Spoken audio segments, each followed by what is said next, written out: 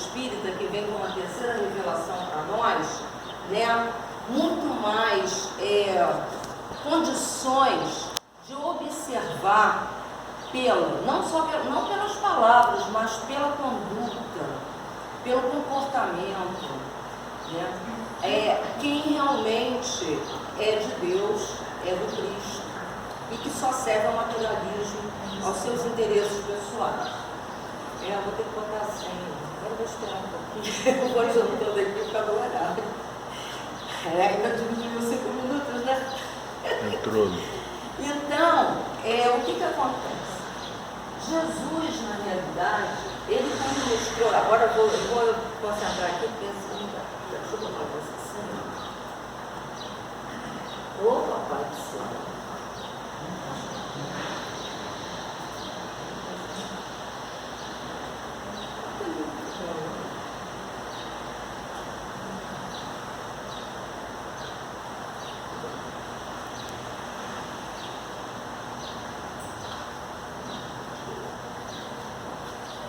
Eu vou lendo aqui o texto, gente, porque eu vou precisar acompanhar ali para poder seguir o meu pensamento.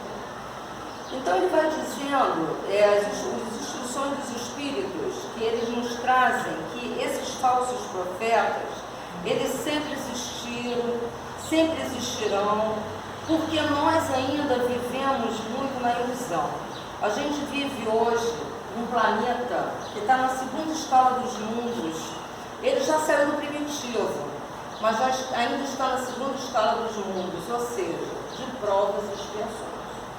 Então, por conta disso, nós como espíritas sabemos que a maior oportunidade da reencarnação é a nossa reforma interna, é melhorar nós mesmos, como pessoas, como cidadãos, né? E, acima de tudo, começar a colocar na prática, saindo um pouco do verbo, da teologia, né, do Evangelho de Jesus, que é verdadeiramente para nós a bússola, é o roteiro. Então, a gente começar a botar na prática, mesmo que sejam doses homeopáticas, o nosso dia a dia, né, a nossa proposta de sair daqui melhor do que chegamos, né, um ser mais depurado no sentido de mais respeitoso ao outro, né? Mas para a gente poder atingir essa plenitude, nós temos com certeza que nos esforçar muito demais, porque nós ainda somos detentores de egoísmo, né? De orgulho, são aquilo que freia a nossa evolução moral, segundo o Consolador prometido pelo Mestre Jesus. Então vamos lá. Está aqui no. Vocês desculpem, mas realmente fez parte. Tinha que.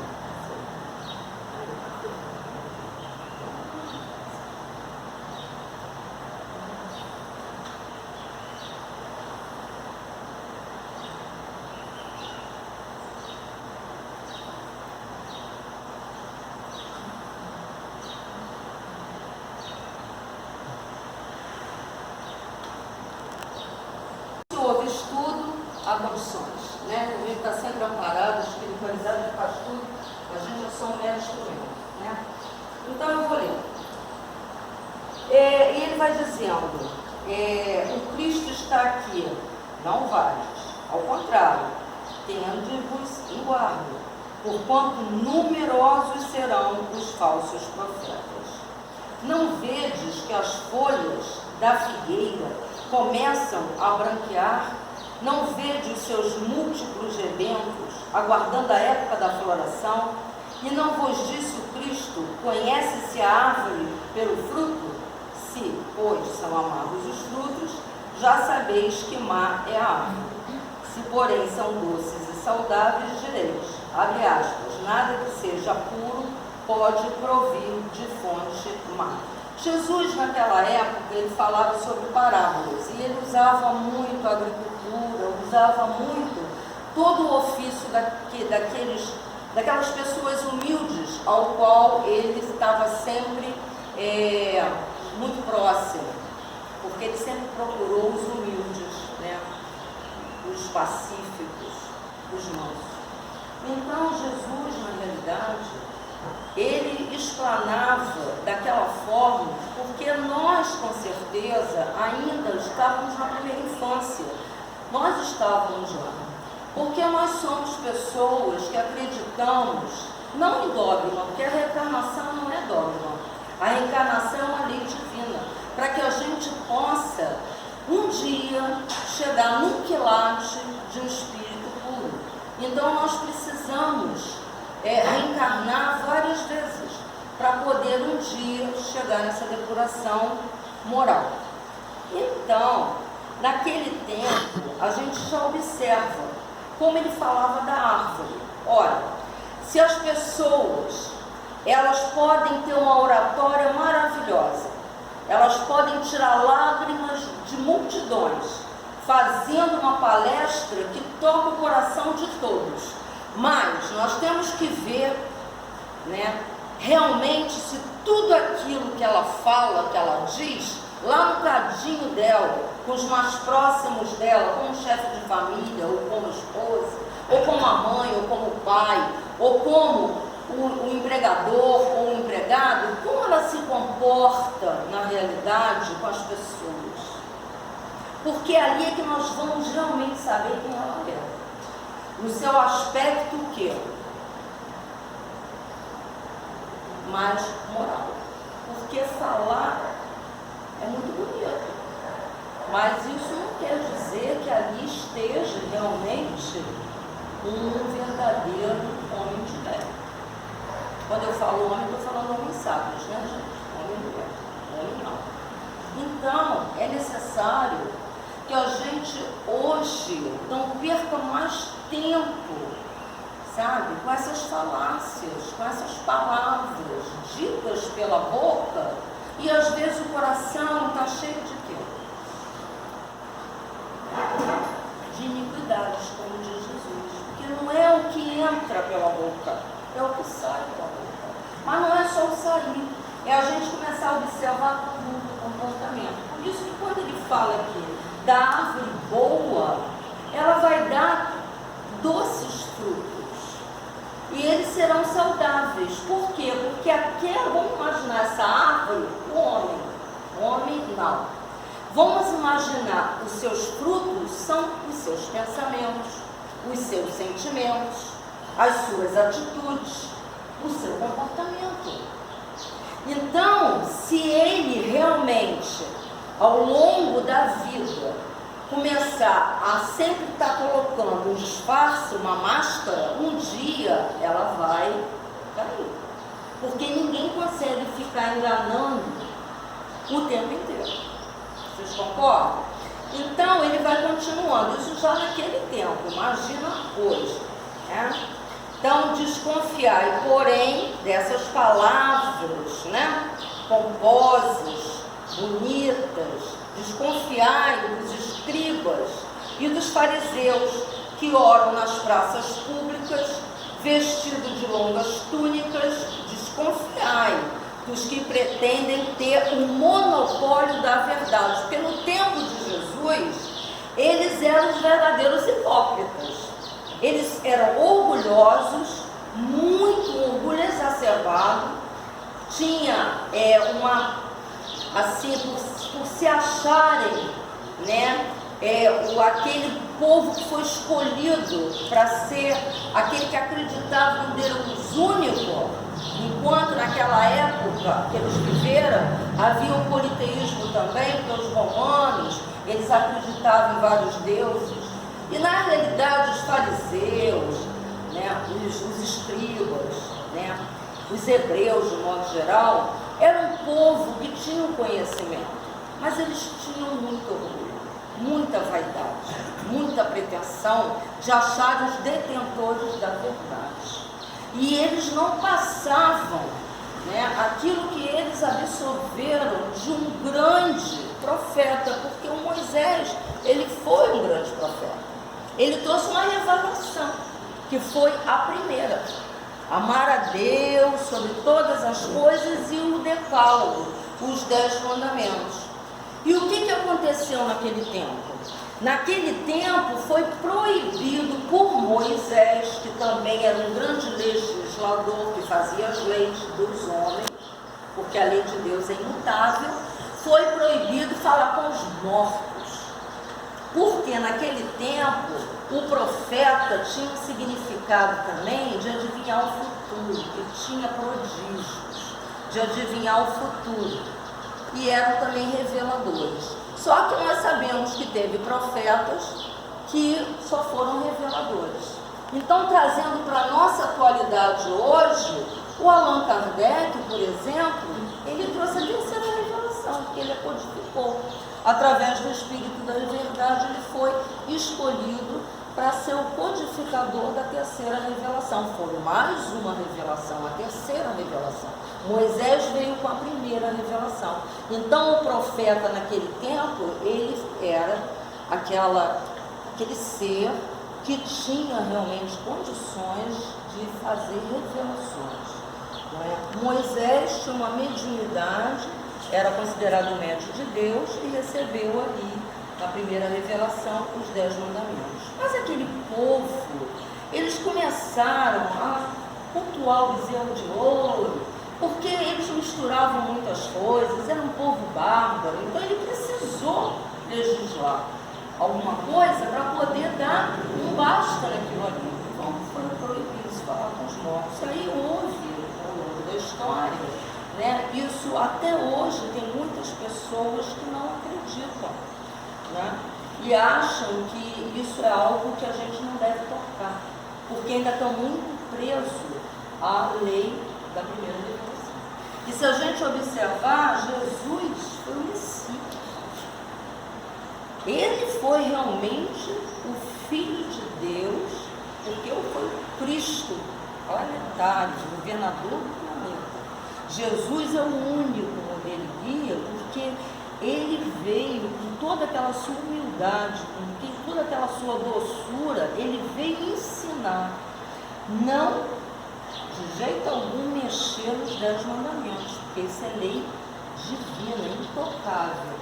Mas ele veio trazer, além do amar a Deus com toda a sua alma, com todo o seu coração, amar o próximo como a si mesmo, que resume todas as leis e todos os profetas daquela época.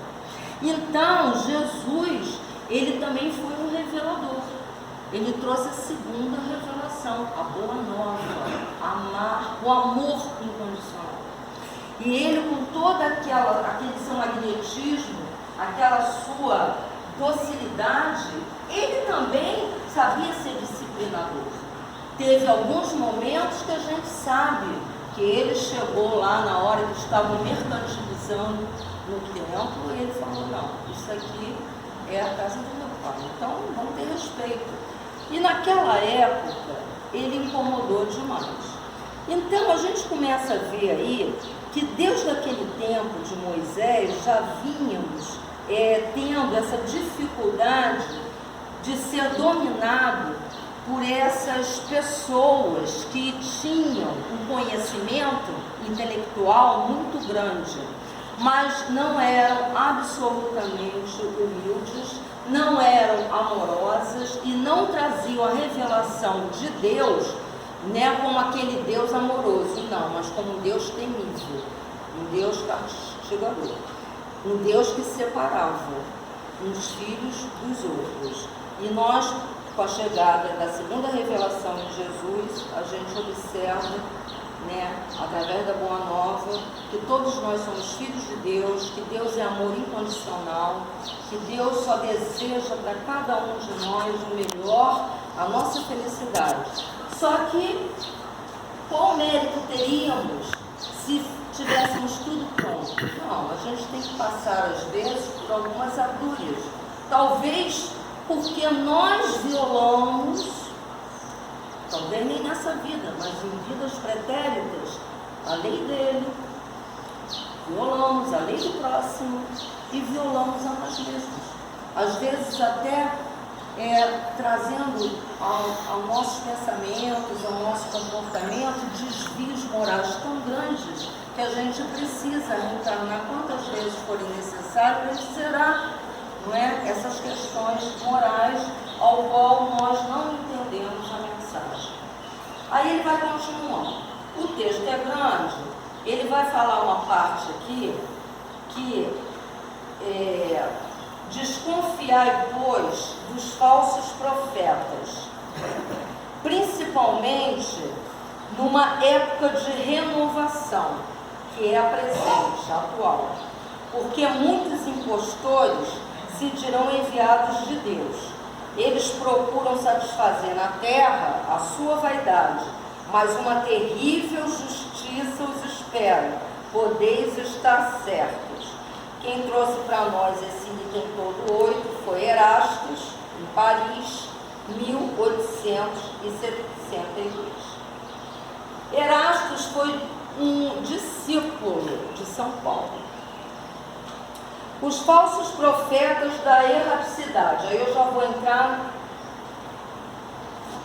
no item 9. Caracteres do verdadeiro profeta. Desculpa, no item 9. Ele continua: desconfiai dos falsos profetas. É útil em todos os tempos essa recomendação, porque não importa se a gente está entrando no terceiro milênio, vai haver falsos profetas e há muitos.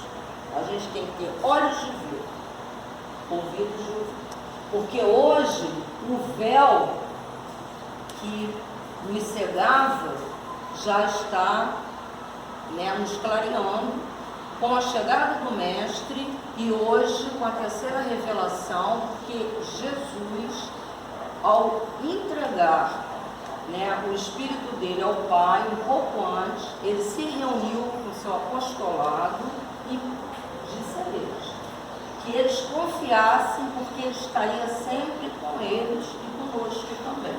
E ele iria pedir ao Pai que enviasse um Consolador. E esse Consolador ficaria conosco por todos os tempos. E naquela época, eles não entenderam nada. Então eu comecei, os caracteres dos verdadeiros profetas, eu tirei aqui do Evangelho segundo João, quando Jesus, porque ali nós lemos, já chegados os tempos de regeneração, então a gente tem que ficar mais alerta a esses impostores, esses falsos profetas. Então ele vai dizendo aqui, eu vou pedir ao meu Pai um outro Consolador. Jesus promete, eu rogarei, e ele vos dará esse outro Consolador, a fim de que esteja para sempre convosco, o Espírito da verdade, que o mundo não pôde receber, porque não vê, nem o conhece. Vós os conheceis, porque ele habita convosco e estará em vós. Não vos deixarei órfãos, voltarei para vós outros. Isso vocês imaginam, 2019 anos atrás, ele quase se despedindo já, porque ele sabia que ele ia sofrer aquela morte humilhante na cruz. Ele sabia daquilo tudo, porque aquilo tudo já estava sendo previsto. Mas mesmo assim, ele ficava muito condoído de observar que cada um daqueles 12 que o acompanhou 3 anos, dos 30 aos 33 anos, todos os dias o acompanhavam, eles não estavam entendendo o que ele estava